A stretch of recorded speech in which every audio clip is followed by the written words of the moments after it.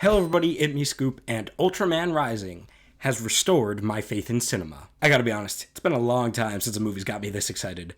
I watched this shit back to back. I literally it was like 12:30 at night, I opened up Netflix, the trailer plays in the spotlight, I watched 30 seconds of it, I'm like, this is for me, I gotta put this on. I figured it would be a nice little kid's movie. Whenever I got sleepy, I could just turn it off and go to bed. But no, I was seated for all 2 hours until like 3 in the morning. And then I woke up the next morning and I watched it again. It just slaps, man. It just slaps. So if my little story there didn't make it clear, I actually had no idea what this movie was. I've never seen any piece of Ultraman media before, or heard of him, or had any idea that this movie was coming out. So it really was a nice, pleasant surprise. While I would say some points in this movie are a bit childish, overall it really is an all-ages movie. I think anyone could put this on and have a pretty great time with it, which is awesome. Ultraman Rising also has glowing reviews, but I can't find anybody talking about it online, which on one hand, as a reviewer, is kind of cool, because I know no one's really out there skewing my opinion before I record and write this.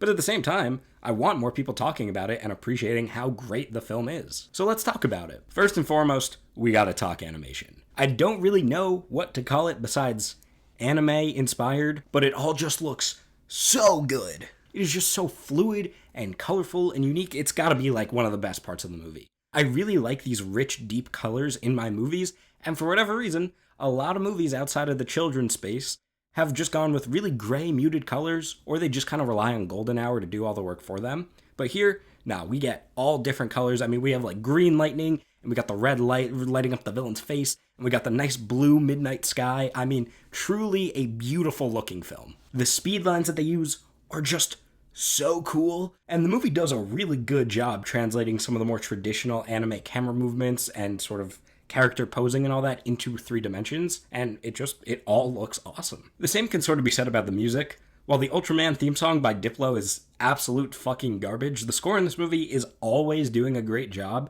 It could be bright and whimsical and cheerful, or it could be a little more quiet and dour.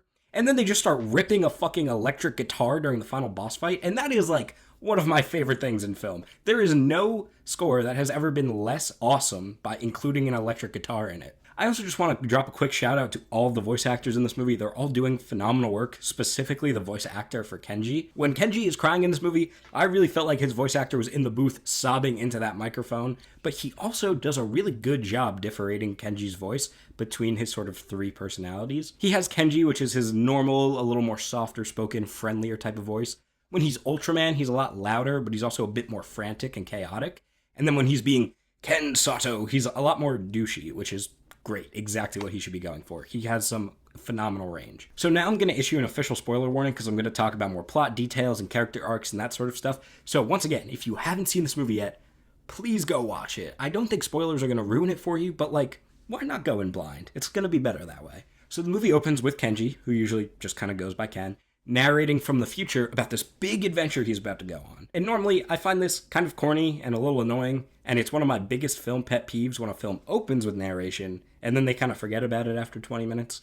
But here it works, because it's really only just for this opening scene, to show the viewers, like me, who haven't seen Ultraman media before, what an Ultraman who's a lot more developed and a lot better at his job is supposed to be like. Even if we only get a quick look at it, it's really helpful for the first 30 minutes or so, when Kenji's really struggling and not doing his duties as Ultraman, for the viewer to be able to understand and have at least a vague idea in their mind of what Ultraman is supposed to be, and how far Ken has to go before he's ready to reach that level.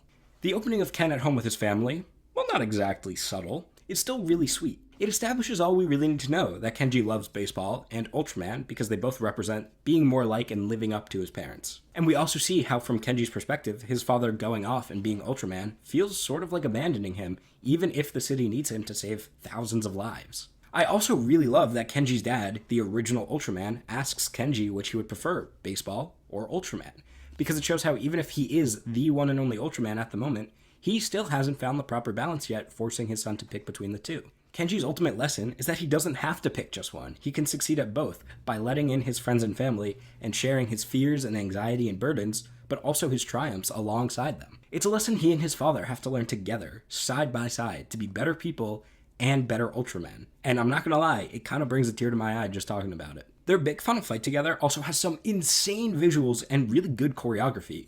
I love that you can tell Ultra Dad is a much more proficient fighter from his years of work on the job as compared to Kenji, even if he sort of lost Kenji's raw stats. The two of them combining their hands together to do the Ultraman laser blast thing, it's a little corny, I'll give it that, but it's still really sweet and a perfectly earned conclusion to the story. I would say one thing I would dock this film for is that some of the emotional moments feel just a little bit drawn out. If they cut just a few lines or even a shot or two here or there, I think a lot of the emotional moments would be a lot more impactful, especially on a second watch. For example, when they do combine to do the Ultraman laser blast thing, we get like 3 shots of it. We really only need 1 or 2 because we get the point right away. I think it hits harder if you just spend a little less time in the actual moment, but still nothing film ruining here. Ken's character is also a lot deeper than most children's movies, or even just regular movies nowadays, even attempt. It's really interesting to see how he's built this persona as Ken Sato, almost like another Ultraman. When he can't hit the ball later in the film, he just keeps telling himself, "Come on! You are Ken Sato."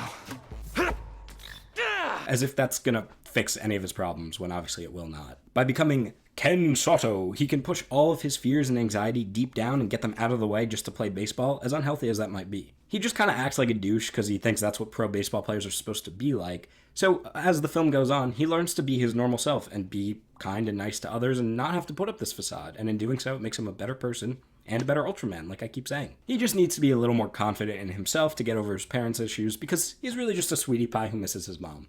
Kenji's whole life showed him that people are going to talk about you, so give him something to talk about, alongside trying to win his mother's approval and father's attention, both of which he already had, which has manifested in him building the Ken Sato personality of being a beast at baseball, but a total dickhead.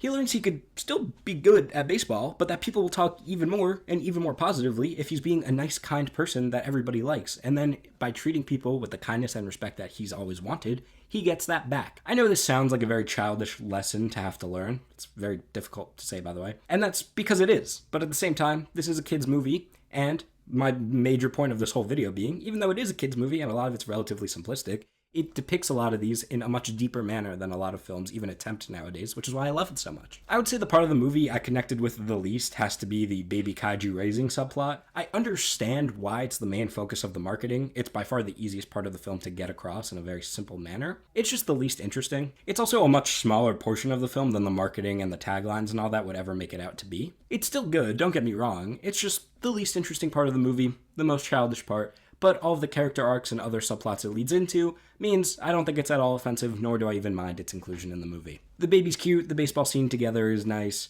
the baby isn't annoying either, which is a bit rare nowadays, so all good with me. Also, the character Mina, who's kind of like Ultraman's Jarvis, just with a little more sass and personality, actually fucking dies going into the third act of this movie. I wasn't expecting any characters to die, given this is a children's animated film, specifically one on Netflix.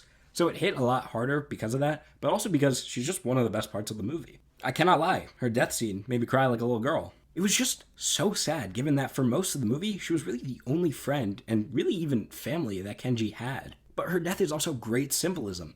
Kenji has his real family back as long as he can fight for and alongside them, so he doesn't need her anymore, she can go. That is absolutely awesome. But once again, this moment I feel like is just a little bit soured by it going on too long.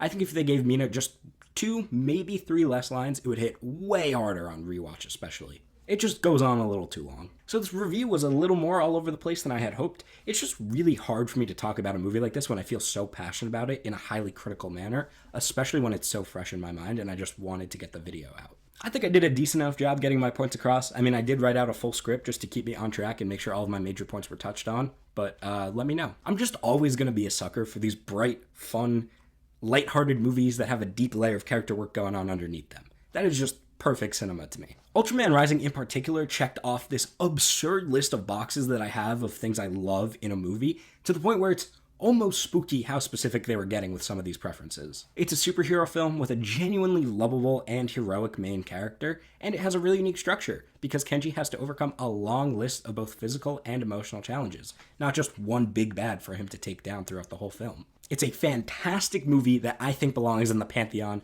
alongside Spider-Verse and Puss in Boots: The Last Wish. I can award it nothing less than 5 stars, and it is my absolute recommendation you watch this on the best TV in your house. You will not regret it. If you already have seen it, please leave a comment down below leaving your thoughts on the film, or if you go watch it, maybe come back and let me know. I'd love to discuss it further. Otherwise, thank you so much for watching. Like and subscribe if you enjoyed, and keep it crispy.